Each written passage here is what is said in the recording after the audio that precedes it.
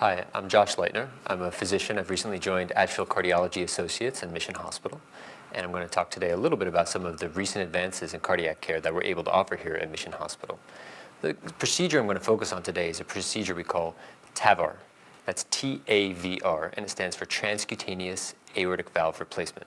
This represents a really important advance in care in the recent past in cardiology.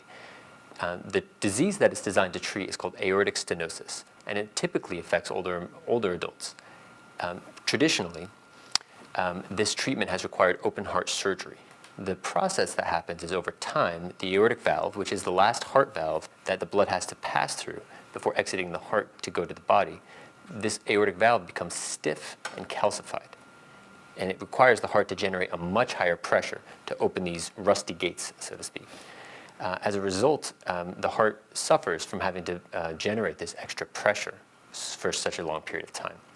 Traditionally, this has required open heart surgery and a surgical valve replacement. And because this disease happens in older adults, many of them are not candidates for this open heart procedure. The procedure of the transcutaneous aortic valve replacement, and transcutaneous just means through the skin, meaning a change from a standard surgical approach of an open heart surgery to a catheter-based approach, which is an incision in the skin. Basically, the procedure works one of two ways. The main way it's traditionally been done is like a heart catheterization. An incision is made in the arteries that feed the leg muscle, the so-called femoral arteries down in the groin region. And with needle sticks and a small surgical incision, they're able to pass a catheter, which means a plastic hollow tube, and they're able to advance this catheter backwards up the arteries of the body, up into the aortic valve. The heart is rapidly paced, meaning it's run very fast, to allow us to have the control to position the valve. The valve gets placed inside of the native valves, meaning the valves that you were born with, and gets expanded on a balloon. This ends up putting the native valves, or the valves you're born with, up against the wall, and the new valve, which is the same as a surgical valve, will then continue to function normally. Typically speaking, patients will be off the breathing machine later that day or the next day, and will be walking around as soon as a day or two. The recovery time is considerably less than open heart surgery, and that's part of the reason we're allowed to offer it, or able to offer it, to so many more patients. Those who are at very high risk for surgery, who would not otherwise get treatments, and even those who had traditionally been excluded from surgical therapy in the past. Recently, this therapy was evaluated in a clinical trial and showed one of the most important improvements in survival of just about any therapy we have in cardiovascular disease. So it's really been a blockbuster breakthrough, and it's something that the cardiology community has been extremely excited about.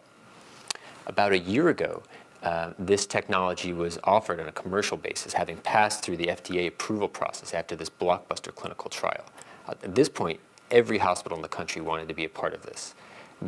Many were evaluated, few were chosen. Mission was one of the first waves to do this, and this was based in part on their excellent tradition of surgical care and their excellent tradition of cardiovascular care that they've been able to provide to this community for a period of time. So they're very excited, and the hospital has really stepped up and dedicated a lot of resources to building this program.